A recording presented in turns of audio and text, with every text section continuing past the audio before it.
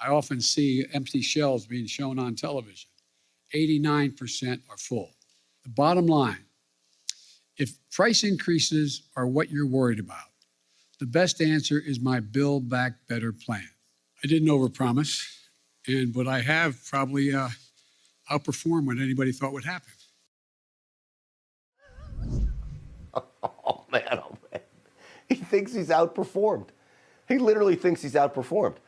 The country is in the worst place it's been in decades. And the media failed to hold him accountable on all those lies you just watched there. They offered up cotton balls to him. Now compare that to the hostile media that President Trump faced while in office. Would you subscribe to that strategy? No, but we have tested more than anybody. I saw him. And if not, how many deaths are acceptable? Yeah. How many? None. Okay. How many deaths are acceptable to me? And none.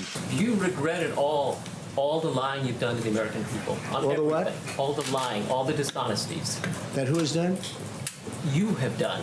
Do you think using the term Chinese virus, that puts Asian Americans at risk, that people might target them? No, not at all. I think they probably would agree with it 100%.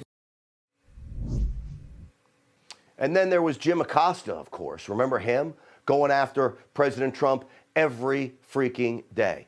In fact, the only tough question that Joe Biden did get today came from Newsmax's own James Rosen. He asked a question everybody actually wants to know, and no one had the guts to ask, but James Rosen did. Thank you very much for this honor. James Rosen with Newsmax. I'd like to raise a delicate subject, but with utmost respect for your life accomplishments and the high office you hold. A poll released this morning by Politico Morning Consult found 49% of registered voters disagreeing with the statement, Joe Biden is mentally fit. Wow. Not even a majority of Democrats who responded strongly affirmed that statement. Well, I'll let you all make the judgment whether they're correct. Well, Thank so you. the question I have for you, sir, if you'd let me finish, is why do you suppose such large segments of the American electorate have come to harbor such profound concerns about your cognitive fitness? Thank you. I have no idea. Yes, sir. He just summed it up. That's the answer. He has no idea. He's not cognitively fit to answer the question. If you're a leader, you say, that question's hogwash, the polls are hogwash, I'm mentally fit, and I'm leading this country. He didn't do that. He couldn't do it because he's not mentally fit. James Rosen did a nice job by asking the one question that literally, seriously, folks, everybody wanted to know. It wasn't being disrespectful. That's the question everybody wanted to know, and Joe Biden couldn't answer it. Joining me now to respond to this speech, I guess that's what you call it, a news conference, is Republican Congressman from Ohio, Jim Jordan. Congressman Jordan, it's great to have you back on the program.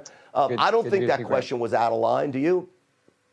No, I think the real takeaway, though, Grant, and look, this is a sad situation for the United States of America, for the greatest country in history, where you have that polling, those results, and you have to have a reporter actually ask that question to the commander-in-chief, to the president of the United States, who, frankly, the whole world sees the same thing that the American citizens see. So that's what, right or left, conservative, liberal, wherever you're at, that troubles, I think, all Americans, that's the situation that we all see. So it's just unfortunate for the country that that's where we're at.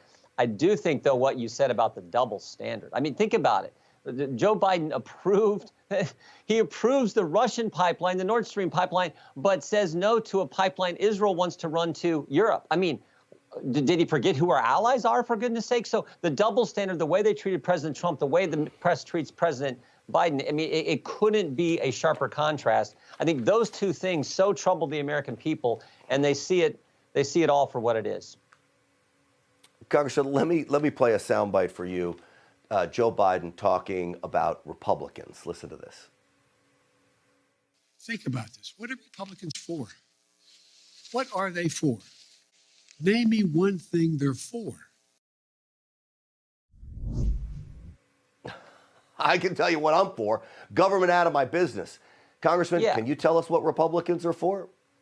Well, under Joe Biden, we got record crime, record inflation, and record illegal immigration. I tell you what I'm for. I'm for stopping all three of those things. I mean, this is how out of touch he is.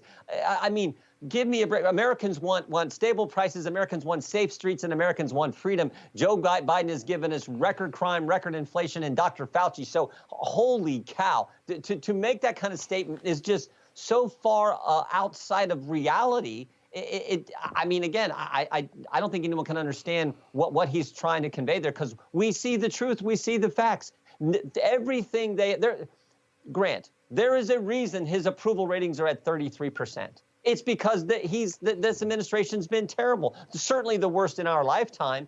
And frankly, as I said the other day, I'd like to meet these 33%. Who in the heck actually approve of what Joe Biden's administration has done, for goodness sake? After the last election, liberty-minded Americans are facing a difficult question. What do we do now? We do have a plan to stop them. This is the only plan that bypasses Biden and Congress to save the republic. Sign the petition at conventionofstates.com.